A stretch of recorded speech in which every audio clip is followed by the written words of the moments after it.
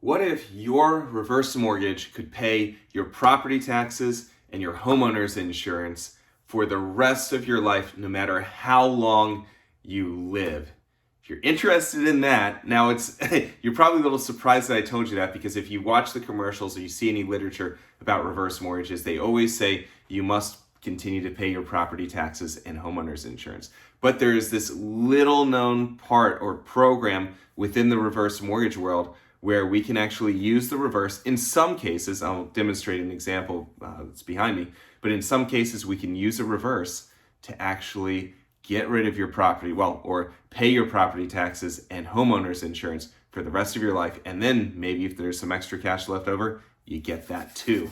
Well, before we go into that, my name is Jason Eichmiller. I run Reverse Mortgage Reality. If you'd like to get in touch with me, go ahead. You can reach me. My contact information is probably below, but you can reach me at 888-309-9705, jason@keyhomelending.com, or you can go, if you want to schedule an appointment or kind of see some testimonials and what other seniors think about how I've helped them, you can go to www.reversequotes.com. All right, enough about that. Oh yeah, if you want to subscribe, if you want to learn more information about reverse mortgages, if you're kind of looking at them for yourself or a loved one, then you can go ahead and subscribe. I'd appreciate it. It helps the channel, and you'll get videos like this about once or twice a week. So let's see here. Phone call's coming in on this phone, so I'm just going to hit that pause button. This is what happens when we record it. All right. So let's take a look at this example. We have a 72-year-old. If you can read my chicken scratch over here. Let's stand right here.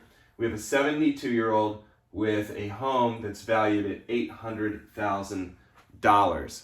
And let's put aside whether they have a mortgage or whether they have credit cards or not right now. We're going to focus strictly on using this to pay their property taxes and homeowners insurance. Then we'll reverse engineer together how much money they have left over after paying the taxes and insurance for life to do things like pay off a mortgage if they have a mortgage, put in a line of credit, pay down some credit cards, treat the grandkids, the typical stuff that people do reverse mortgages for. So in this example, their annual property taxes and homeowners insurance is $8,000. That's this 8K right there. So we've got an $8,000 a year in taxes and insurance, and they're 72. Now what LS over here, if you can see it, that means loan size. So loan size with a reverse mortgage, all we're doing is we're taking the value of the house, which again in this example is $800,000, and the age, which is 72, and then the computer spits out how much money we can give you. And I always tell everybody I speak with, I'm pretty smart. I can do a lot of this stuff in my head, but I always use the computer no matter what, because no matter how smart you are, the computer's brain cells are always superior. So we have a loan size of $297,000. Now LESA, what this LESA stands for, that stands for lifetime expectancy set aside, which is a vocabulary term that you can now set aside now that you learned it. What this means is that we're going to, in English, right? We're going to pay your property taxes and your homeowner's insurance for the rest of your life. So at $8,000 a year with a 72-year-old, that escrow account, or LESA, whatever you want to call it, is $85,000. So they're going to set the side account within your reverse mortgage. It's a side account. There we go. In this case, it's $85,000, and it's not being charged interest until the taxes and the insurance for that year are paid. So in the beginning, it's $85,000 and zero interest is being charged. After the first year, the interest is going to accrue just on the $8,000 that was dispersed. The rest, the other $77,000 or so, will not be charged interest. So that's what this account does. It just sits there and it pays out, and it pays out, and it pays out whenever taxes and insurance are due, which means that you do not have to write a check for taxes and insurance anymore. And if you look back, and I'll get to the rest, I'll get to the remainder of the loan size and what you can do with it in a second, but if you think about your biggest expenses, if you have a mortgage, then it's probably your mortgage. If you don't have a mortgage on your house, then one of your biggest expenses is probably that combination of property taxes and homeowners insurance. What I do this for a lot of folks is a cash flow play. So we're looking to improve your cash flow right now, or your cash flow is pretty rough. We're going to improve it, and we're going to stop you from taking out of your investments. And so if we can say, hey Susie, hey Bob, I don't have ESP. I don't know exactly what your name is, but I will when you call me, when you reach out. Hey, how much easier will life be if you don't have to pay your property taxes and your homeowners insurance? What are you going to do with that $8,000 a year? Are you going to stop taking out of your investments? Are you going to be able to live a little bit better? Will you feel that weight lift off of your shoulders? Those are a few things that the folks that I help, the folks that I work with are realizing once they get rid of their paying their property taxes and their homeowners insurance. They feel lighter. They feel that weight lift off. So I hope if you think about your situation, you probably feel that too. So let's say we've got a loan size of $297. I hope that makes sense. By the way, if you have any questions, you can type them below, or you can feel free to reach out to me, and my contact information is below too. So let's say that we have a loan size of $297, and we have the LESA, or that big old escrow account for taxes and insurance, of $85. What that leaves us with is $212,000 as a loan size. Now, what can you do with that $212,000? Well, you can do anything. So if you have a mortgage on your house, whatever the amount of that mortgage is, it'll have to be paid off. So let's say the mortgage is $150,000. Why? Because I just made it up. So if the mortgage, where's my, here we go, here's the marker. The mortgage is $150,000. Then you have $62,000 left. You pay off the mortgage. You're not making a mortgage payment anymore.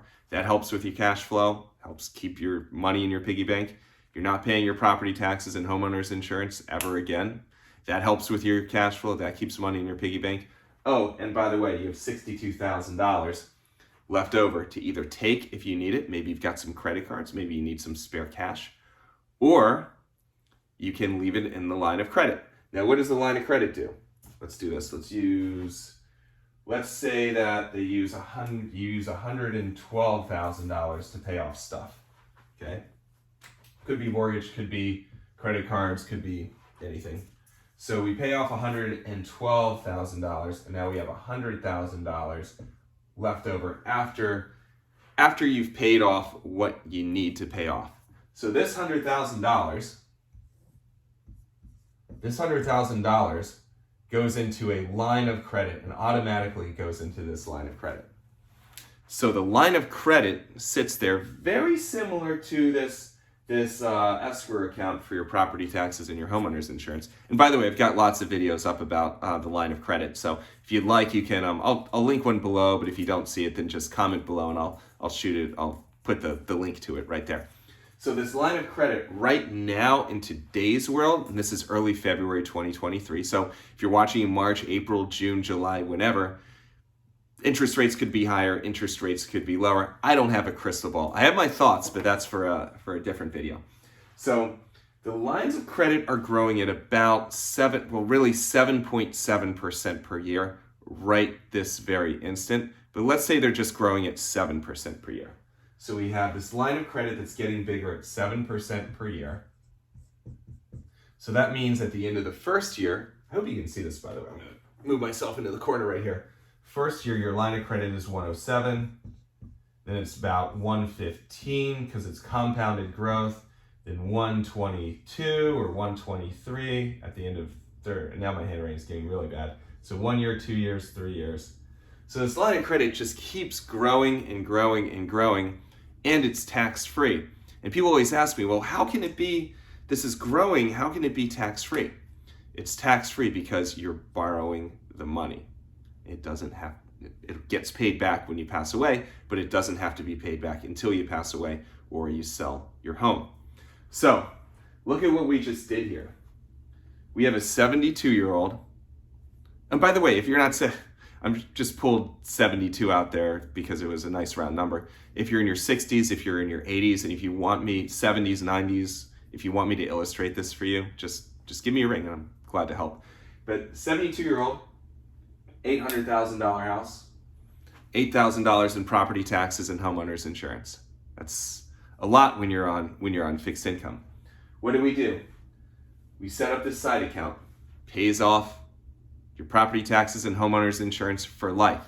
Then you have $212,000 left over. You use $112 because you've got a mortgage payment and you've got some credit cards. You wipe those out. Your cash flowing so much better now. Then you have $100,000 left over to put in that line of credit that grows between 7 and 8%. Again, tax-free. This is what I love. This is the retirement planning aspect of the reverse mortgage. You can kind of see the flexibility, right? You start with this is how much money you can get, but then we really look deep. And this is what I do for every single person that I work with, every person who calls and asks me to help, is we dig deep into your situation, what you need, where your fears are, what you need to have happen so that you can live the best retirement possible. So in this case, again, boom, no property taxes, insurance. Boom, no mortgage payment. Boom, no credit card payments.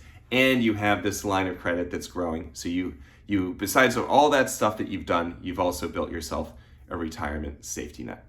So I hope this makes sense. Obviously, everybody's situation is different. I just wanted to do kind of a broad example, something that I've been seeing a few times over recently. So if you have questions about how this will work specifically for you, then feel free to reach out. My name again is Jason Eichmiller. I run this channel. I run Reverse Mortgage Reality. I've done this since, she's done a little bit over 450 reverse mortgages and done them since 2008. So more than happy. I think I could probably answer every question that you have about this, and I'm more than happy to. So you can reach me. Phone number is 888-309-9705. Again, 888-309-9705. My email is jason@keyhomelending.com. Or you can, again, if you want to see what other seniors feel about how the reverse mortgage worked for them, and if you want to just kind of plan a time to chat, you can go to www.reversequotes.com. All right, I hope this helps. If you haven't heard about this, kind of this LESA, which is that unique way of holding that escrow account for your property taxes and homeowners insurance, now you have. Now you've been enlightened. So thank you so much for your time. I appreciate you much, and I look forward to helping you. Take care of yourself.